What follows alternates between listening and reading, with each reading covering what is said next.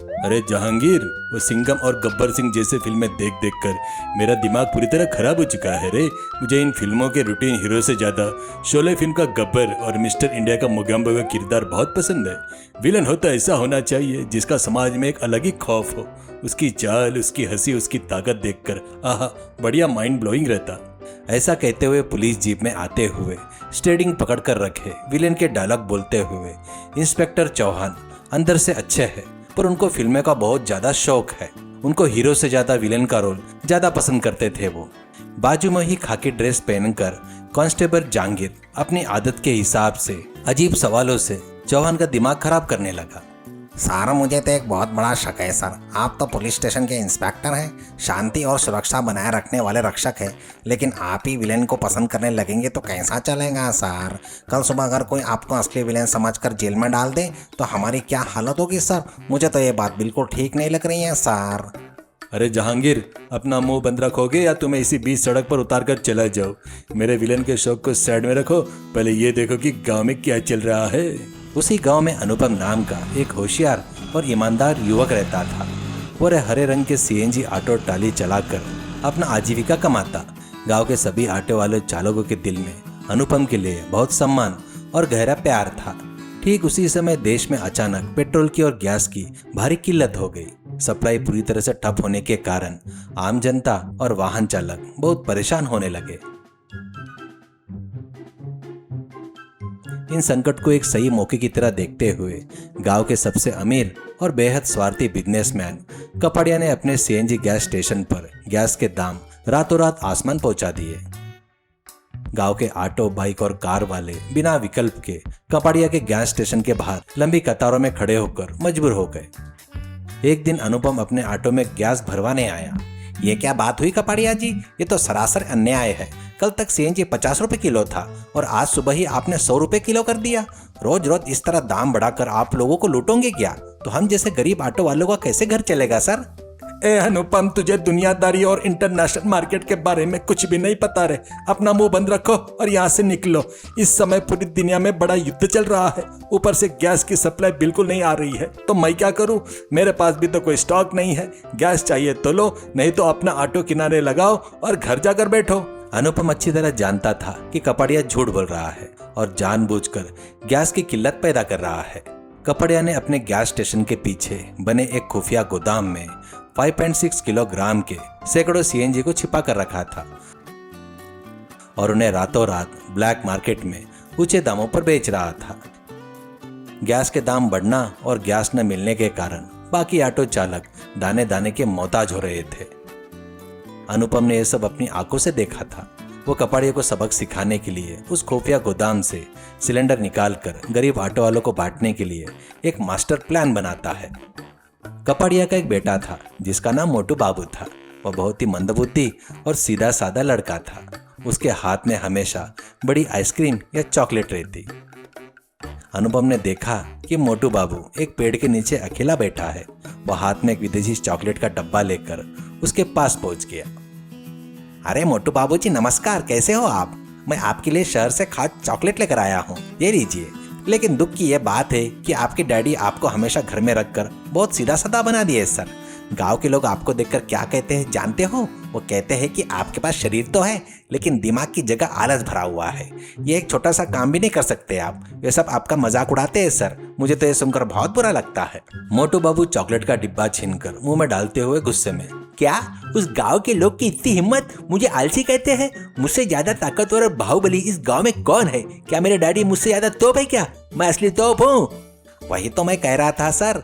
मैंने उनसे कहा कि मुझे आप में एक महान हल्क और बाहुबली नजर आता है और मैं उनसे लड़ पड़ा।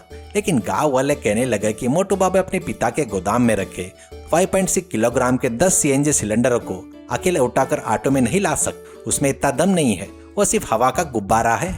उन्होंने इस बात पर बड़ी शर्त लगाई थी सर, अगर आज आपको गांव वालों के सामने अपनी ताकत साबित करनी है तो अभी अपने डैडी के गोदाम की चाबी निकालिए, उन सिलेंडरों को मेरे ऑटो ट्रॉली में भरकर दिखाइए। गांव वालों का मुंह हमेशा के लिए बंद हो जाएगा और आप असली हीरो बन जाओगे। क्या कहा? मैं सिलेंडर नहीं उठा सकता? अभी आओ, मैं तुम्हें दिखाता हूँ। मेरे डैडी पास के गांव में गए हैं और गोदाम की चाबियां मेरे जेब में है। जो मुझे कमजोर समझते हैं, मैं उनका घर तोड़ दूंगा। चलो। ना समझ मोटू बाबू गुस्से और घमंड में आकर अनुपम के ऑटो में बैठकर कपाड़िया के खुफिया गोदाम तक पहुंचा। अपनी ताकत साबित करने के पागलपन में उसने गोदाम का ताला खोला और वहां छिपाकर रखे गए 5.6 किलोग्राम के भारी सीएनजी सिलेंडरों को एक एक करके तेजी से अनुपम के ऑटो में लादना शुरू किया। अनुपम पास में खड़ा होकर इन नजारों का मजा ले रहा था। शाबाश मोटू बाबू, तुम तो सच में सुपरमैन हो। बहुत बढ़िया सर, 10 सिलेंडर और उठाओ, तुम्हारा रिकॉर्ड टूट जाएगा। इस तरह अनुपम ने बहुत ही होशियारी से कपाड़िया के मोटू बाबू के हाथों ही वो सारे ब्लैक मार्केट के सिलेंडर अपने ऑटो में लोड करवा लिए। अनुपम ने बिना समय गवाए ऑटो को स्टार्ट किया और गांव की छोर पर स्थित एक खाली मैदान में पहुंच गया। वहां उसने एक छोटा सा एयर पंप की मदद से बाकी ऑटो चालकों के वाहनों में सीएनजी गैस भरनी शुरू कर दी। गैस मिलते ही सभी ऑटो वाले बहुत ही खुश हो गए। इसी बीच पास के गांव से लौट रहे कपाड़े ने जब देखा कि उसके खुफिया गोदाम का ताला खुला है और ब्लैक मार्केट के लिए छिपाए गए सारे कीमती सीएनजी सिलेंडर गायब है, तो उसके होश उड़ गए।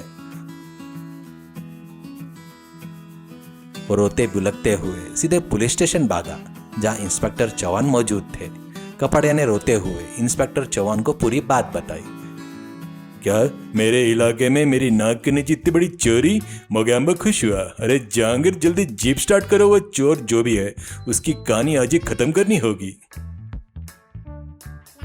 चौहान, जहांगीर और कपाड़िया तीनों पुलिस की जीप में बैठकर ढूंढने निकले। तभी उस मैदान में अनुपम का ऑटो, उसके पास जमा ऑटो चालक दिखाई दिए, जिन्हें अनुपम सिलेंडर से गैस बांट रहा था। चौहान ने जीप रोकी और वहां पहुंचा।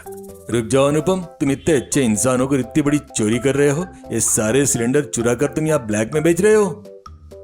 सर, मुझे एक छोटा सा डाउट है सर। अगर ये अपने हाथ ऊपर उठा लेगा तो गैस का पाइप कौन पकड़ेगा सर? और अगर लीक हो गई तो हमारी जीप जल जाएगी ना सर? मुझे तो बहुत डर लग रहा है सर। जहांगीर, अपना मुंह बंद रखो, अपने फालतू के सवाल बंद करो। हाँ सर, यही वो चोर है, महाचोर। इसने मेरे गोदाम का ताला तोड़कर मेरे सिलेंडर चुराए। इसे अभी के अभी लॉकअप में डालिए और इसकी खाल उधेड़ दीजिए। अरे डैडी, तुम अनुपम भैया को चोर क्यों कह रहे हो? उन्होंने चोरी नहीं की है डैडी। कल गांव वाले मुझे आलसी और कमजोर कहकर चिढ़ा रहे थे, तो मैंने उन्हें अपना बाहुबली रूप दिखाने के लिए इन सीएनजी सिलेंडरों को हमारे खुफिया गोदाम में निकाल कर अपने हाथों से इस ऑटो में लोड किया है डैडी। तुम तो गांव वालों से झूठ बोल रहे थे ना कि देश में गैस की किल्लत हो गई ताकि तुम इन्हें ब्लैक में ऊंचे दामों पर बेच सको। ये वही सिलेंडर है ना डैडी? देखो तुम्हारा बेटा कितना ताकतवर है। अब सब मुझे हीरो कह रहे हैं डैडी। बेटे के मुंह से सच सुनते ही कपाड़िया के पैरों तले जमीन खिसक गई। कपाड़िया घबरा कर, अरे हो मंदा बुद्धि, अपना मुंह बंद रख। ये क्या बकवास कर रहा है रे तू मेरा घर बर्बाद करने के लिए पैदा हुआ था क्या? चौहान सर, इसके पास दिमाग बिल्कुल नहीं है सर। ये जो कह रहा है ना, उस पर बिल्कुल भरोसा मत कीजिए।